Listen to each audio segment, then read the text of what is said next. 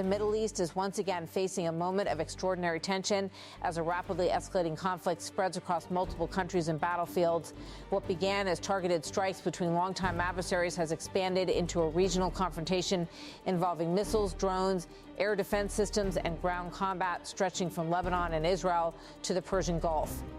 The scale and intensity of the fighting have raised global alarm, with analysts warning that the crisis could evolve into a much wider war if the cycle of retaliation continues.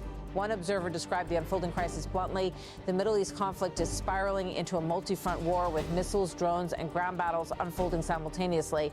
The current war traces its roots to a dramatic escalation at the end of February 2026, when Israel and the United States carried out coordinated strikes on Iranian military infrastructure under a campaign widely reported as a preemptive effort to weaken Iran's military capabilities. The strikes targeted facilities across Iran, including sites connected to missile production and security institutions. Iran immediately retaliated with a large missile and drone campaign known as Operation True Promise 4, targeting Israel as well as American military installations and allied infrastructure across the Middle East. Within hours of the initial attacks, missiles began flying across the region. Iran's response was rapid and extensive, launching ballistic missiles and drones toward Israeli cities, including Tel Aviv and Haifa. The retaliatory strikes also extended beyond Israel itself, hitting or threatening locations in several Gulf states where U.S. forces maintain military bases. As the conflict deepened, the northern front between Israel and Lebanon quickly turned into one of the most dangerous flashpoints. Hezbollah, the powerful armed movement based in Lebanon and aligned with Iran, opened fire on Israeli positions with rockets, drones, and anti-tank weapons. According to conflict monitoring reports, Hezbollah launched dozens of attacks in a single day, including missile and drone strikes directed at communities in northern Israel and areas near the Galilee and Haifa. In one of the most widely discussed incidents, Hezbollah released footage claiming to show a precision missile strike on an Israeli airbase south of Tel Aviv.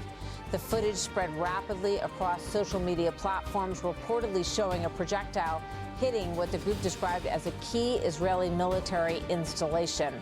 The accompanying claim stated, in a major escalation, Hezbollah has released footage claiming to show a high-precision missile strike on Israel's Palm Air Base located south of Tel Aviv.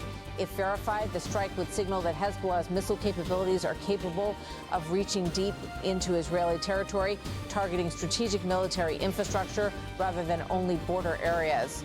But the confrontation did not remain limited to aerial attacks. Along the rugged terrain of southern Lebanon, ground combat intensified as Hezbollah fighters clashed with Israeli forces. Reports from the battlefield suggested that Israeli armored units were targeted with guided missiles and artillery fire during skirmishes near border towns. One report described the clash by noting fighters reportedly targeted Merava tanks, among Israel's most advanced armored units. According to these accounts, one tank was hit by a guided anti-tank missile before being struck again by artillery and rocket fire as Israeli troops attempted to withdraw from the area. The report claimed a tank in the Tai Bay area was struck with a guided missile and then hit again with artillery and rockets as troops attempted to withdraw.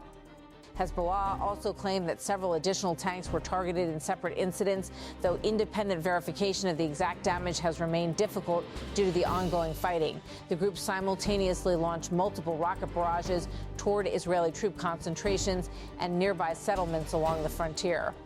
Several locations were reportedly struck or targeted in the attacks, including Israeli military positions and border communities. Hezbollah said its operations had reached an unprecedented level of intensity. A statement accompanying the attack said Hezbollah claims it carried out 23 operations in a single day, marking one of its most intense offensives so far. Israeli forces responded with airstrikes on Hezbollah infrastructure in Lebanon, targeting missile launch sites, command posts, and weapons storage facilities in both southern Lebanon and Beirut. At the same time, the aerial dimension of the conflict expanded dramatically as Iran intensified its missile campaign against Israel. Multiple waves of drones and ballistic missiles were launched toward Israeli territory, triggering air raid sirens across major cities, including Tel Aviv, Jerusalem, and other central regions. Residents rushed to shelters as Israel's multi-layered missile defense systems, including Iron Dome, David Sling, and Arrow interceptors, attempted to shoot down incoming threats. Eyewitnesses reported seeing flashes in the sky as interceptors collided with incoming missiles. One account described the atmosphere across the country. Millions of civilians rushed into shelters as explosions echoed and missile fragments were seen across the skies. Iran's missile campaign is part of a larger retaliatory operation known as Operation True Promise 4. Iranian authorities say the campaign involves repeated waves of long-range strikes targeting Israeli military infrastructure and American military sites across the Middle East. According to reports, the operation has already involved dozens of attack waves. One description of the campaign noted these attacks are part of Iran's ongoing campaign, Operation True Promise 4, which has already seen more than 55 waves of strikes targeting Israeli and U.S. linked sites. The conflict soon spread far beyond Israel's borders. Across the Persian Gulf, several countries activated air defense systems as missiles and drones crossed regional airspace. Saudi Arabia, the United Arab Emirates, Qatar, and Kuwait all reported intercepting incoming projectiles during overnight attacks. Analysts warned that the region's defensive systems were being stretched by the sheer scale of the attacks.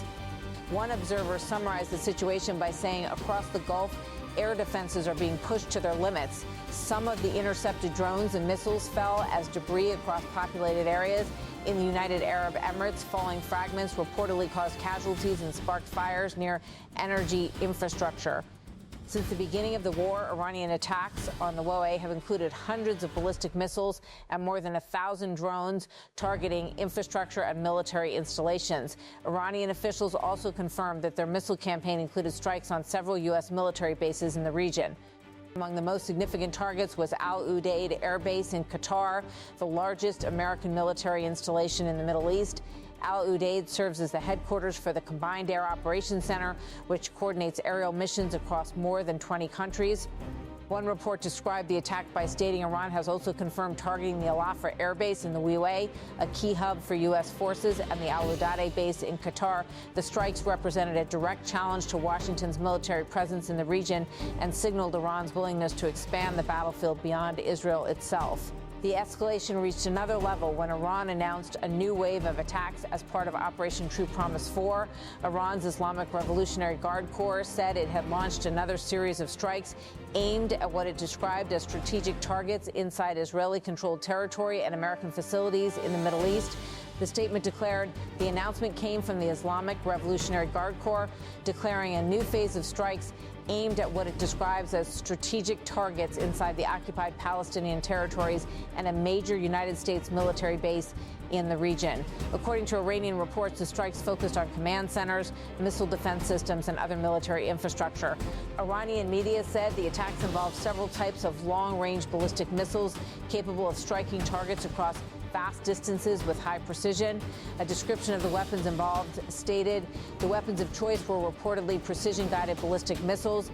Military analysts say Iran's missile arsenal includes systems such as the Emad, Khorramshahr, and other advanced ballistic missiles capable of carrying heavy payloads and traveling hundreds or even thousands of kilometers.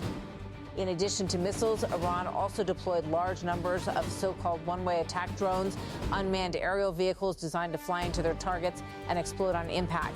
These drones have become a key component of Iran's military strategy, allowing it to launch large numbers of relatively inexpensive weapons designed to overwhelm enemy air defenses.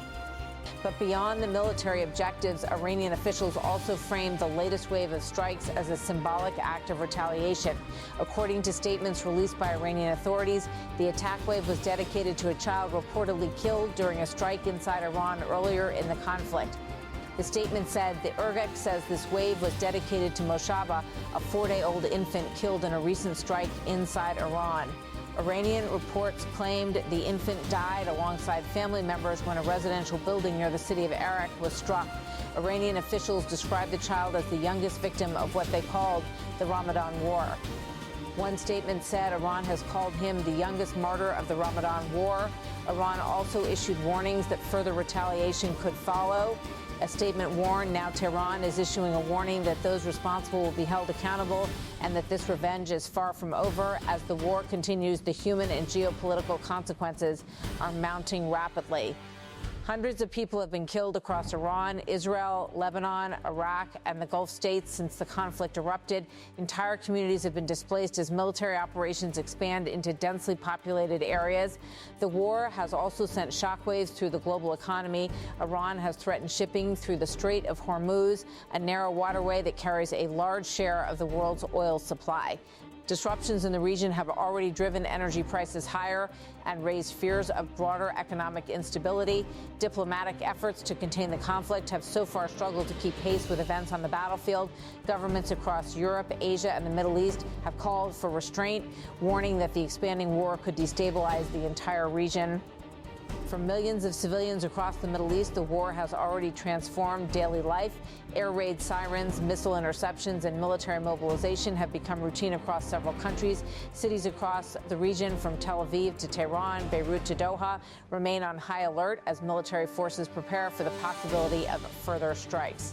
One observer summarized the precarious moment facing the region. This is no longer a localized conflict. It is a region-wide escalation with no clear end in sight. As retaliation meets retaliation and tensions continue to rise, the Middle East stands at a critical crossroads. Diplomacy may yet halt the spiral toward a larger war, but with every missile launched and every strike answered, the risk of a broader confrontation grows stronger. One final reflection captured the sense of urgency now gripping the region. The region stands on edge as retaliation meets retaliation, and the risk of a broader conflict grows by the hour.